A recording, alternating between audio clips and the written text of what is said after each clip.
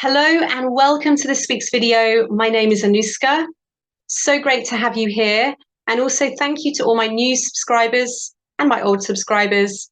If you haven't subscribed yet, please do subscribe because it makes such a difference to getting my videos out. But would you like to find more authority when you speak? Would you like to be able to make a greater impact when you speak? You would like to potentially be able to motivate, persuade, influence, inspire, and lead people using the power of your voice.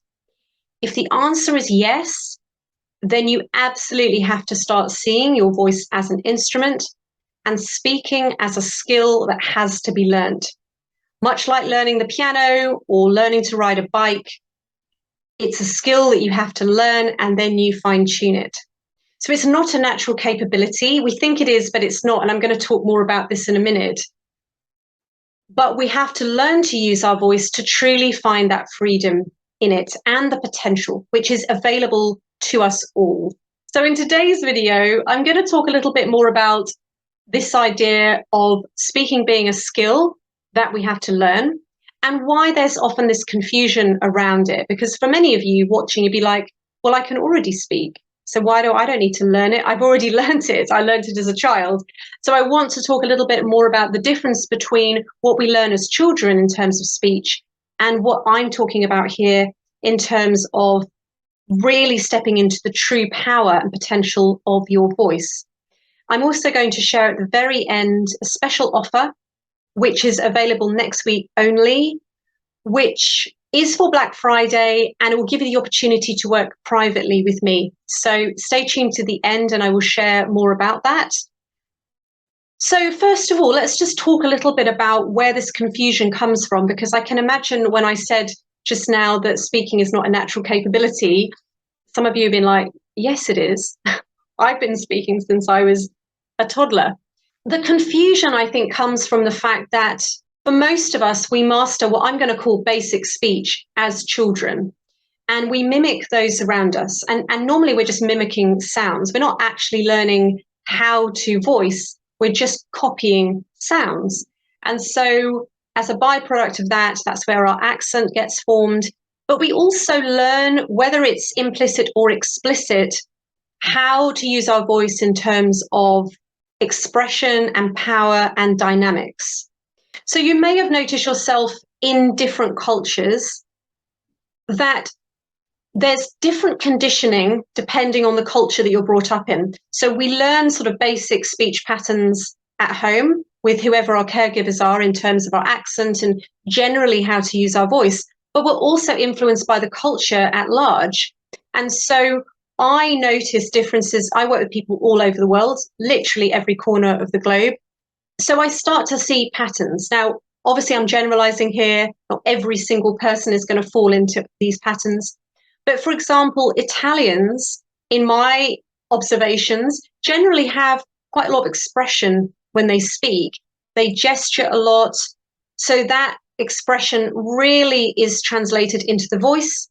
I see a similar thing with Irish people. They tend to have a lot of animation in their voice as well. British people, which obviously I'm putting myself in this box as well, we generally are more reserved and we tend to hide and sort of hold our voice back.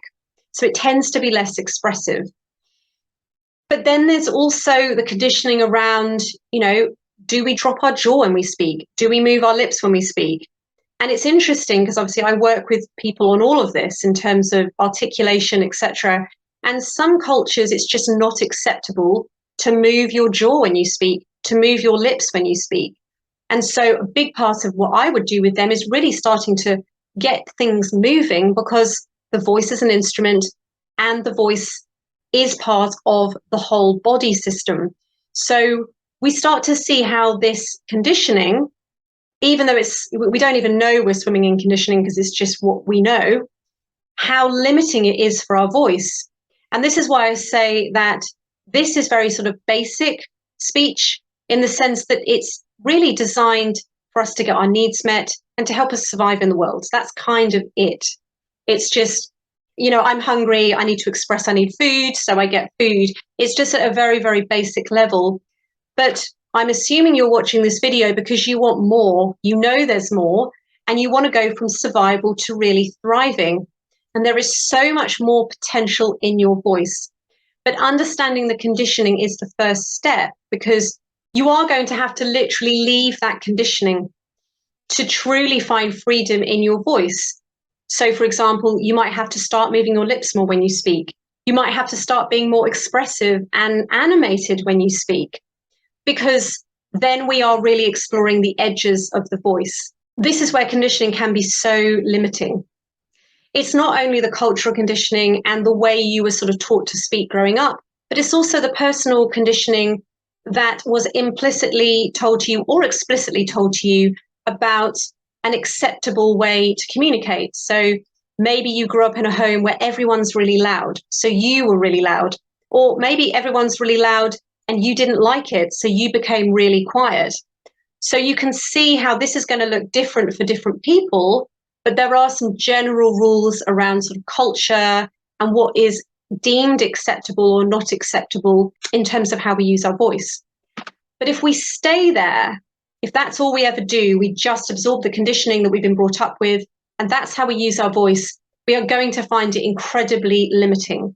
And we're never going to be able to access the full potential, because we have to move through it so that how we use our voice becomes a choice versus we're just following the patterns of what we've been taught is or isn't acceptable.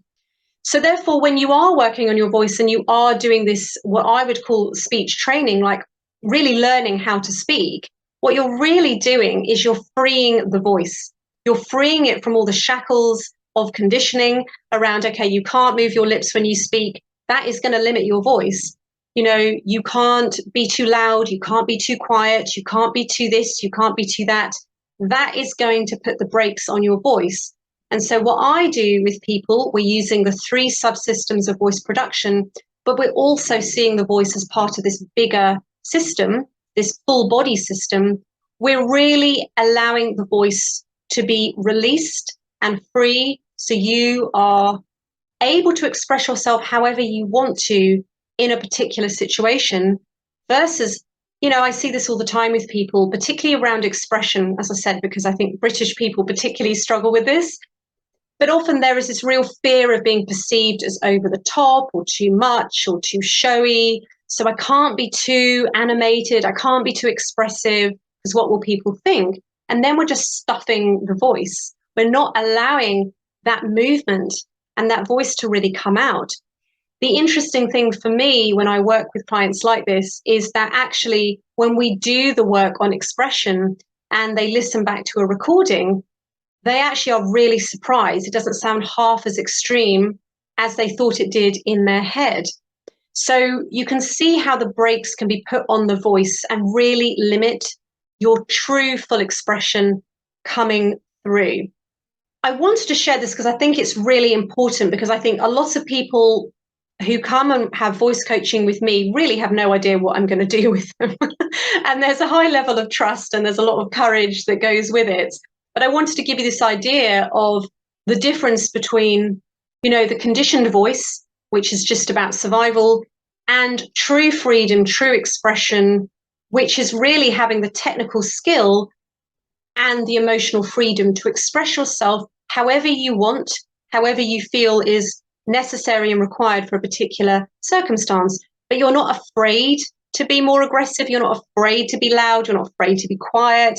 You know, you have the technical ability to use your voice as you want, versus it has to look like this because this is what I've been conditioned to do with my voice. So as mentioned at the beginning, I have a very special offer for next week, for Black Friday, which is this week. I know, well, Black Friday week is this week. So I offer voice intro sessions. As a general rule, I offer them for people that would like to sort of try before they buy, so to speak, because it is a big investment in terms of time and finances. So I like to give people an opportunity to see what they might be stepping into and to show them in that time what's actually really possible. So these are our sessions I do with clients. They're very practical. I really help you to understand what you are experiencing in your voice, what you're hearing in your voice, and then really how to start to free your voice, giving you some tools, techniques, and some exercises. Sessions are recorded. You can go away, you can practice it. And then, of course, if you choose to, you can continue working on it with me. But if not, if nothing else, you've just been given this new awareness of your voice and some little tools and techniques you can start to put into practice straight away. So for next week, normally I charge £200 for these sessions. But for next week, for the sessions, if you book it, you'd have to book it this week, but it would be for next week. I'm offering them at £149. So these are on a first come, first serve basis. They have to be taken next week. You don't have to have any prior voice experience. You could have never had any voice training in your life. Absolutely fine. I work with people all the time that have never done anything with their voice. So I will meet you where you're at. So don't let that stop you. You can be anywhere in the world because they're online. And I've tried to offer different slots across the day for different time zones. So hopefully you'll find a time that suits your time zone. So if that's of interest, I'm going to put the link below, but they are going to go quickly. It is a first come, first serve. So if you are interested, please do book soon as possible. And I promise you, you will not be disappointed. I think you will be blown away by what is really possible with your voice. And it's going to open you up to your voice in this whole new way of, oh my God, I didn't even know this was possible. And just as a final point as well, I don't mind what your accent is. I don't mind what your first language is. It really doesn't matter because the voice fundamentally functions the same. I'm not here to change your accent. I'm not an accent coach. I'm not trying to make you sound like someone else. For me, it's about freeing your voice. So it doesn't matter what your accent is. I can help you to find more clarity, more power, and more expression regardless. So as long as you speak English, that's the only thing that matters, because I wouldn't be able to run a session in any other language. As long as you speak English, I don't mind what your first language is and what your accent is. So if you're interested, please do click below. I would love to help you and just open your eyes and your ears and your voice to what is possible. So thank you so much, and I will see you on next week's video.